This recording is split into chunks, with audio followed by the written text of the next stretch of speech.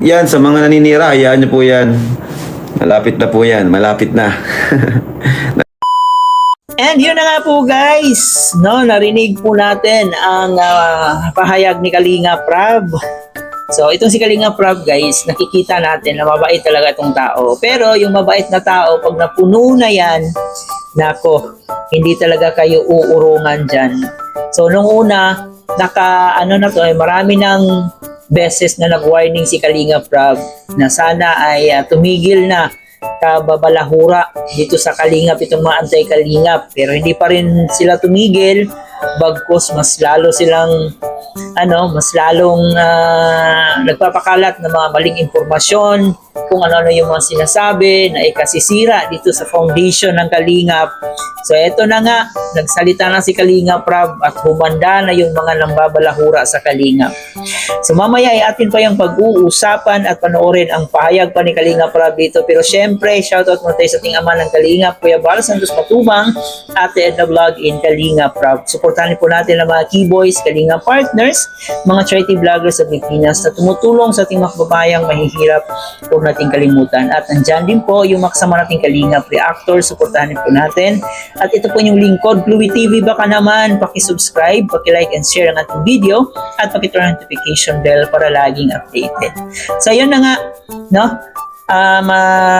Napuno na si Kalinga Prab dahil dito sa mga anti-Kalingap, no? Kung ano-ano na lang yung mga ginagawa, sinusulsulan pa yung mga beneficiary na umalis sa Kalingap, kung ano-ano yung mga kasiraan na pinapakalat nila sa Kalingap. So syempre, hindi lang naman si Kalinga Prab ang masisira dyan, is yung kabuuhang foundation ng Kalingap. At dahil kailangan na rin mag-aksyon ni Kuya Val at saka ni Kalinga Prab, so dito wala nang atrasan to, no? Sabi nga niya dito, nagbabala na siya dati pero hindi pa rin tumigil. So dito na magkaalaman yung mga akala mo naman ay sobrang linis nila, na walang bahid na tawag dito, walang bahid na kasinungalingan, walang mali na nagawa. So magtuos na yung Kalingap at saka yung mga anti-Kalingap dyan. So ito yung pahayag guys ni Kalinga Prab, panoorin mo na natin to. Yan, sa mga naninira, hayaan nyo po yan. Malapit na po yan, malapit na. Nalalapit na po sila. Tayo ay tahimik lang tayong lalaban, no? Paminsan-minsan sa social media magsalita kapag may mga paratang sa atin na mga yung iba ay pwedeng maniwala sa kanila. So dapat pagtanggol din natin yung ating sarili paminsan-minsan. Pero yan, mas okay pa rin yung tahimik na lumalaban, lalo kung idadaan sa legal, ano? Kaya mananahimik na yung mga yan. Abangan nyo na lang po. Kasi kausap na po namin yung opisina, nakausap na po namin ni Kuya Val at talagang willing na willing silang tulungan kami. Sobrang willing silang tulungan kami kasi napanood din nila yung mga video. Talagang grabe daw talaga yung mga ginagawa. Tapos nagtaka nga sila bakit ngayon lang daw kayo pumunta, ang tagal na pala daw. Kaya yun, kaya shoutout po yan sa Cybercrime Office dito sa Daet. Salamat po sa tulong nyo, no? At maraming salamat po talaga. Isang taon din siguro na binabanata ng Team Kalingap, especially yung foundation, no? Mga kasiraan na wala namang mga ebidensya, di ba? Tayo naman is tahimik tayong kumikilos yung community natin sa mga mission natin, pero sila naghingi alam sa atin na sino ba sila para magsalita, di ba? Kaya yun, malapit na guys. Si Kuya Val na rin, ako na lang namin, ang kinukumbinsi na lang namin is si Papa Edo. Pero madali lang naman yung kumbinsin. Kasi wala namang gagawin makikipag-usap lang naman dun sa opisina. Then yung mga video naman recorded naman yung mga video, naipon na. Kaya malaki talaga yung yung pwedeng malaking ebidensya na pwedeng ipakita. Kaya si Edo yun ang nintay namin. Kaso ang ang pwedeng ano talaga na Eds, yung unang nanira sa kanya, di ba? Yung unang nanira sa kanya. Yung dati niyang mga kaibigan. Pero depende man kay Insan, no? Kasi ibang ano din kasi, ibang level din kasi yung paninira kay Insan eh. So tayo, kung basta tayo, tahimik lang dito, bumanat sila ng bumanat, naka-record yan lahat, no? Nire-record yan ng mga reactor. Kaya salamat din pala sa mga reactor, no? Salamat po. No, yung iba sinasabi panggulo ang reactor, pero sa totoo lang malaking naitutulong nila sa atin. No, sila pa nga yung talagang grabing magtanggol sa atin, mga reactor. Kaya wag naman nating masamain. No? Lalo na yung mga reactor na talagang maayos gumawa ng reaction video. At focus lang sila sa issue, hindi yung sa personal. No?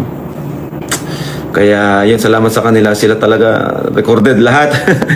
Recorded lahat.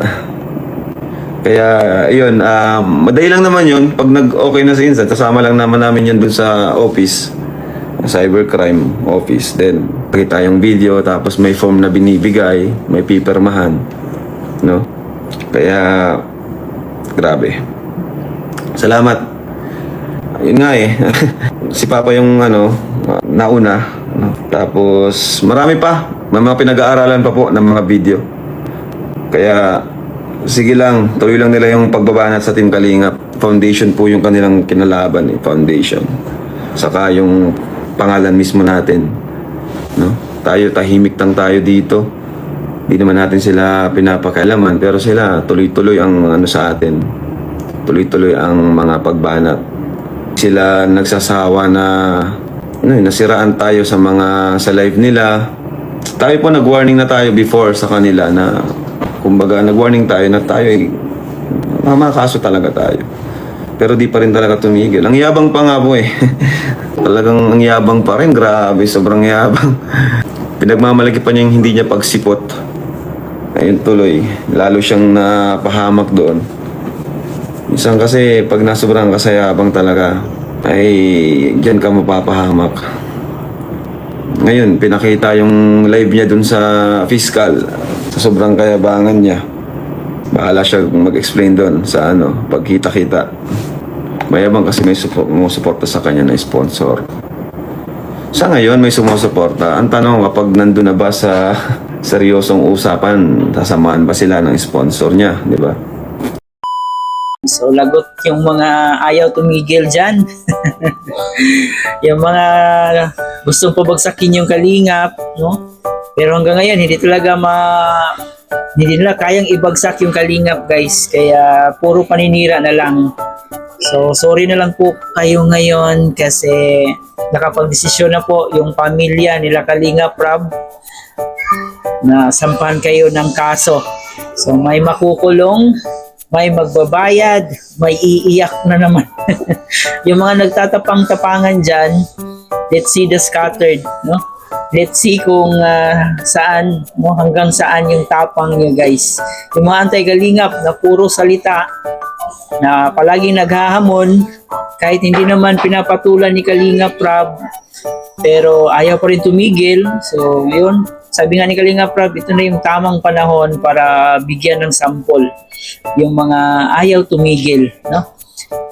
Hindi natin alam kung bakit galit na galit sila dito kay Kalingap Rob. Galit na galit sila dito sa Kalingap Foundation.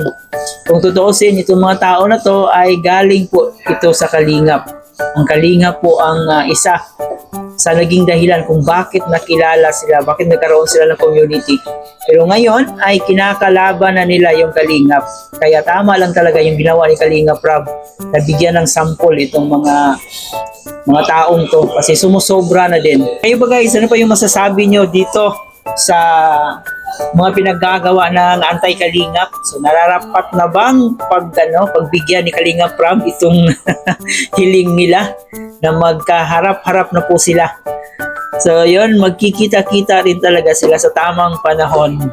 Ayan guys, huwag kalimutan mag-comment dyan at pakilike at share na nating video. Ito po yung host na si Chloe TV. Thank you for watching.